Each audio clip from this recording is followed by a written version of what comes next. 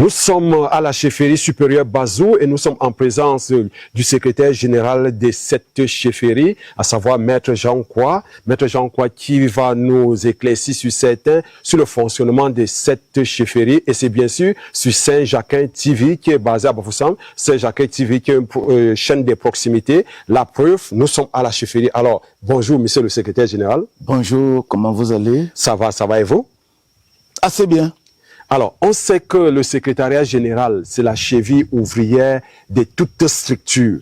Dites-nous un peu, en quoi consiste votre travail à la chefferie Bazou? Merci pour cette profonde question que vous me posez. La chefferie est une organisation très grande, au sein de laquelle il y a toute une organisation. Et dans cette organisation, il y a un secrétariat général qui se charge de la supervision, de la rédaction et de l'archivage de toute la rédaction royale. Et cela veut dire que le secrétariat du roi est l'œil et l'oreille du roi. Voilà, le secrétariat général de la chefferie Bazou, c'est l'œil du roi. Alors, monsieur le secrétaire général, est-ce que vous pouvez présenter votre roi à nos nombreux téléspectateurs qui nous regardent? Vous qui êtes son œil et ses oreilles. Merci. Sa Majesté Tchoua Kemajou Vincent, 11e monarque de la royauté Bazou, est un haut commis de l'État qui prend les règnes de son père, à savoir Sa Majesté Daniel Kemajou, en avril 1984. Il est au trône de la royauté Bazou depuis 40 ans. Et c'est la raison pour laquelle les Bazou ont estimé qu'il fallait magnifier leur roi à travers cet événement que nous sommes en train de préparer, à savoir ces 40 ans de règne comme roi du peuple Bazou. Comme roi du peuple Bazou, on va y revenir tout de suite, pas tout de suite, on va y revenir au cours de cet entretien. Mais avant cela, présenter le royaume Bazou à tous ceux qui nous regardent à travers Saint-Jacques TV. Bazou, comme royaume, est limité au nord par le village Balengou, le village Bamena. À l'ouest, par le village Bacha. À l'est, par les villages Bassamba et Banumga. Au sud, par l'arrondissement du Nord Makombe. Bazou, comme royaume, a 63 villages. Ah bon, jusqu'à 60? Dirigés par les chefs de village. Bazou, le royaume Bazou compte 63 villages. Il faut aussi indiquer que, en plus des 63 villages, il y a le canton Bassumdian qui dépend également du royaume Bazou. Alors, 63 villages, c'est énorme pour un royaume comme Bazou. Dites-nous, comment est-ce que le chef organise ses réunions avec les différents chefs des villages? Ça se passe comment? Merci. Vous avez constaté que vous êtes venu au bon moment. Au moment où le roi est en train de faire les descentes dans les 63 villages, et plus le village Bassombian, ça fait 64, mais que nous avons réuni en aire géographique. Parce que notre monarque a pensé utile de communier avec tous ses notables, avec toute sa population, dans toutes les aires géographiques, avant la célébration de 40 ans de trône. Voilà, la célébration des 40 ans de trône, nous y voici, on en parle. Comment est-ce que vous préparez donc cet événement? On imagine qu'il sera de grande ampleur. Merci. L'événement sur le plan traditionnel est organisé par les 63 villages ainsi que le canton Bassomdian.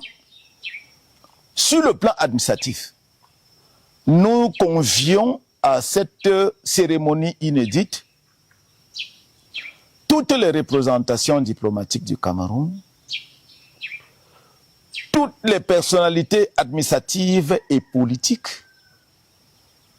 et bien entendu, toutes les chefferies des Gratte-Fil Bamileke.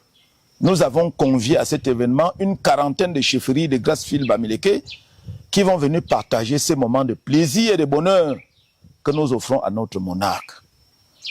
Nous sommes en train de mettre les petits plats dans les grands. Tout l'arsenal d'organisation est déjà en place et à pied d'œuvre. Et nous pouvons vous rassurer que vous serez nos premiers invités, nos premiers convives.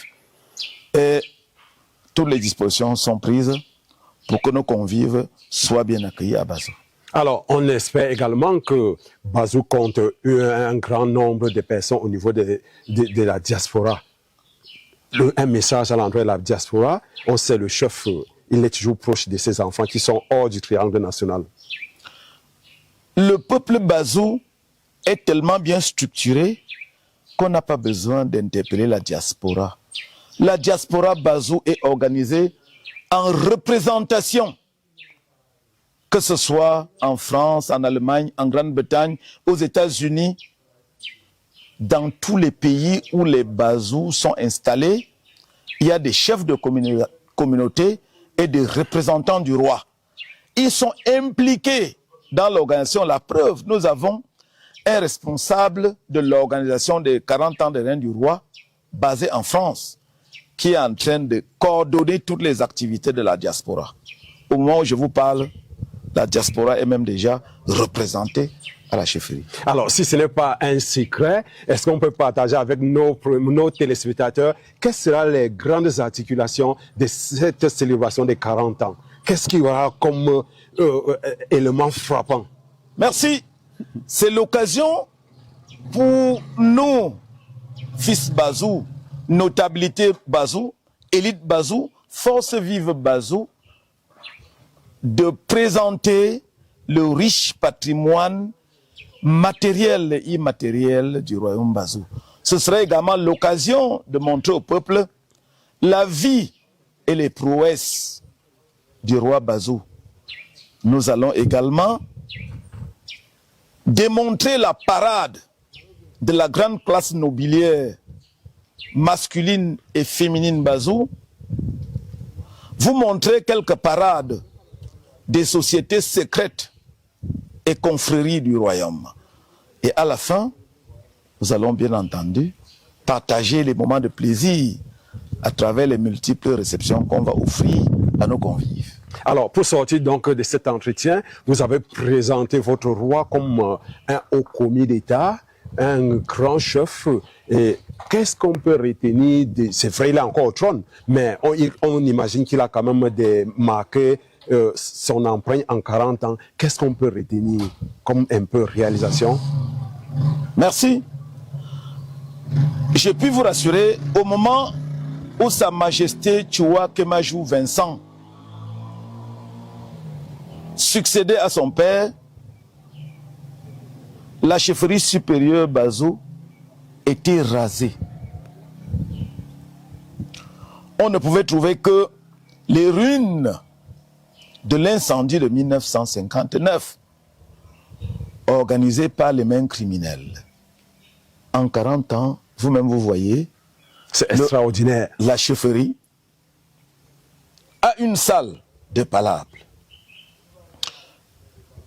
une salle de résidence, une salle des actes, un musée que nous avons baptisé Musée des Indépendances parce que c'est dans ce musée que les grands débats politiques pour l'avenir du Cameroun ont commencé. Ah bon? je puis vous rassurer que Sa Majesté, Prince Daniel Kamajo, a eu le privilège de convier ici, en 57 et 58, tous les grands acteurs politiques du Cameroun, à savoir, je peux citer quelques noms. Bien sûr, pour nos téléspectateurs. André-Marie Bida, à l'époque, il était Premier ministre. Kolo Kolevi, Paul Sopo-Priso, et certains hauts commis de l'administration française, Ramadier, Paul Odjoula. Ces rencontres avaient pour but d'échanger sur les traités internationaux, les conditions de l'indépendance de 60 et le contenu de la constitution du Cameroun. Il me semble que sur ce point, feu le président Amadou Ahidjo ne s'était pas accordé avec Prince Daniel Kamajo, qui était à l'époque le tout premier président de l'Assemblée législative du Cameroun. Alors que Prince Daniel Kamajo pensait à une constitution adossée sur les valeurs républicaines, la liberté économique, la liberté politique, la liberté d'expression. Le premier ministre de l'époque, qui est devenu par la suite président, Amadou Ahidjo, pensait à une constitution dont les pleins pouvoirs étaient donnés au chef de l'État, qui était président de tout. Et c'est la raison pour laquelle cette divergence de point de vue a fait que le roi, Sa Majesté Kamajo, tombe en disgrâce devant l'administration française. C'est la raison pour laquelle, après les indépendances, il a été banni de la scène politique du Cameroun. Donc, la chefferie supérieure Bazo est un symbole pour le pouvoir politique du Cameroun. Et c'est la raison pour laquelle on a déporté le siège des discussions pour aller à la conférence de Fouman en 1961. Voilà ce que représente la chefferie supérieure Bazo dans l'histoire du Cameroun. Voilà. Que d'histoire pour nos jeunes générations qui nous regardent à travers Saint-Jacques TV. Alors, pour sortir définitivement de cet entretien, est-ce que vous pouvez quand même rappeler à la nouvelle génération, on sait qu'à la chefferie Bazou, il y a quand même une dynastie jusqu'à l'actuel roi. Est-ce qu'on peut rappeler quelques grands rois qui sont passés avant? 4 rois ont marqué l'histoire de la principauté Bazou. Il y a d'abord le roi Nchibutayo, qui est parti de Bangou à la conquête de la terre promise, parce que, ayant perdu la bataille de chefferie à Bangou, est venu trouver la terre de Bazou. Grâce à sa diplomatie, à son ingéniosité, il a damé le pion sur les autochtones et il est devenu le premier roi de la dynastie Bazo, le roi Tayo Nchibu. Il est entré dans l'histoire parce que quand on parle dans l'histoire Bazo, Ngongem Ngongkenyu, peuple de civilité, peuple de la diplomatie, c'est le premier roi qui nous a inspirés. Le roi Nana Chakuntio. Souvenez-vous, quand on arrêtait les esclaves pour aller travailler sur les chemins de terre, vous allez lire son épopée, à savoir l'histoire de la mère Poule.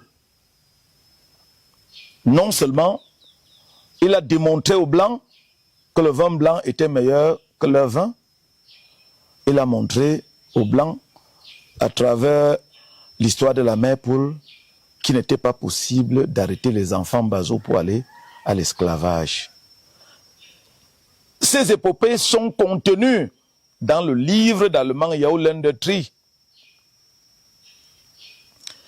Et il a réussi à ce qu'on creuse la route de Bamena pour Bazou à main d'homme. C'est un stratège et un économiste de premier rang. Il a marqué l'histoire. Le roi Nana Tchakoundjo. Vient maintenant le roi Kemajou Daniel, le tout premier président de l'Assemblée législative du Cameroun. Et les années 57 jusqu'à 59, il avait son parti politique, le Parti des paysans indépendants, avec 9 députés. Alors que l'Assemblée nationale du Cameroun n'avait que 67 députés. Mais grâce à ces 9 députés, il était élu en 57 comme le tout premier président de l'Assemblée législative. Voilà les bâtisseurs. On n'a plus besoin de vous rappeler son fameux discours de 1959 contre les pleins pouvoirs contenus dans notre première constitution. Premier bâtisseur des pouvoirs politiques du Cameroun. Et l'actuel roi qui prend les règnes de la royauté Bazou en avril 1984, qui était complètement un désert. On ne pouvait pas trouver une seule case qui pouvait abriter un passant. Vous-même, vous voyez, on n'a plus besoin de vous dire. Vous aurez l'occasion de descendre dans la résidence du roi, qui n'est pas différent d'un palais d'une présidente de la République. L'actuel roi, Sa Majesté Tchoa Kemayou Vincent, est un roi bâtisseur, un roi conciliateur. Il a réussi à redynamiser toutes les confréries et castes du royaume. Il a mis sur pied les instruments socio-économiques et de développement, à savoir le comité de développement, dont le tout premier est Feu Momafen Kouaib Enoch, qui était ministre d'État de cette république pendant plusieurs années. Et lorsque vous voyez, il trouve que son chantier est inachevé. Même la célébration de ses 40 ans de règne, pour lui, est un prétexte pour booster l'économie et le développement du peuple bazou. Alors, on va sortir, ça c'est définitif, hein? On sort de manière définitive de cette émission parce que quelque chose m'est revenu à l'esprit. Lors de la célébration de votre festival ici, il y a eu une polémique qui est enflée dans les réseaux sociaux concernant le coquille. Expliquez un peu cette affaire de mets de coquille. Qui représente le coquille pour le peuple bazou? Très pertinente question. Le peuple bazou ne connaît pas le mets qu'on appelle coquille. Notre mets, c'est keka.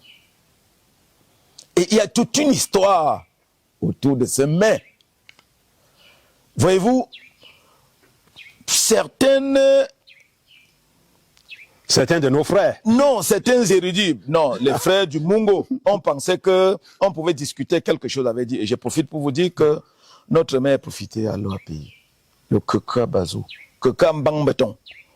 Parce que il fut une année de disette où des chasseurs venus de très loin viennent trouver que la seule nourriture qui était prolixe à Bazou, c'était les vanilles qu'on pétait, on écrase avec l'huile de palme et du sel, tout simplement. Et on mange avec le taro. Ce chasseur aguerri aimait bien ce mets que les Bazous lui offraient. Un jour, il dit que non, moi, vraiment, je voudrais savoir comment on prépare ce mets. Il a donc vu son hôte, il dit que comment je peux faire. Il dit que non, je peux donner ma fille et te montrer comment on prépare ce mets. Alors, le visiteur est parti avec la fille de l'autochtone qui préparait le mets et lui servait. Alors, quand il a mangé, pendant qu'il mangeait, il est tombé amoureux de la fille du roi. Oui. Et puis un enfant est arrivé. Il vient un jour, il dit non. C'est l'autochtone qui dit que vraiment, ce chasseur-là, que tu tues le gibier, tu nous donnes, est-ce que tu peux nous prêter ton arme? Voilà. Pour que je chasse, il a prêté l'arme. Il a commencé aussi à chasser et tuer les gibiers pour de nos gens. Lorsque la grossesse de la fille du prince Bazou est avancée, il vient me dire, j'ai un souci. Il vient dire à l'autochtone, j'ai un souci. Ton souci c'est quoi? Pendant que ta fille préparait le coca pour me donner, je suis aussi tombé amoureux d'elle. Et au moment où je te parle là, on a un enfant qu'on attend. Et le prince Bazou de lui dit que j'ai pas de souci.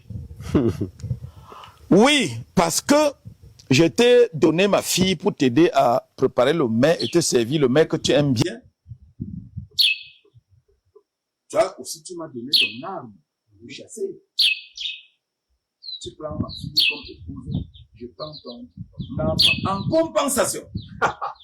Ils sont tombés d'accord. Quelle belle Et histoire. voilà comment on prend donc ce mets, on dit que Kabaz, ce mets, c'est la dette non payable.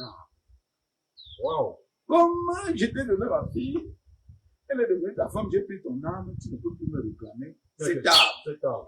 C'est pour ça qu'on a mis le nom. Que Kagnon, Ah, c'est-à-dire wow. la dette non payable. Non, mais, Dans l'histoire voilà, vous savez que les bonnes choses ne durent jamais. Nous étions avec le secrétaire général de la chefferie supérieure Bazou. Vous pouvez d'ailleurs regarder cette image de nous en Bazou. Et ils sont en plein travaux pour préparer les 40 ans de règne de Sa Majesté. On espère tout simplement que vous allez profiter de la chaîne de télévision Saint-Jacques pour pouvoir vivre cet événement qui arrive vraiment, et un événement qui sera retransmis en direct dans le monde entier. Merci, restez toujours simplement sportifs. C'est moi.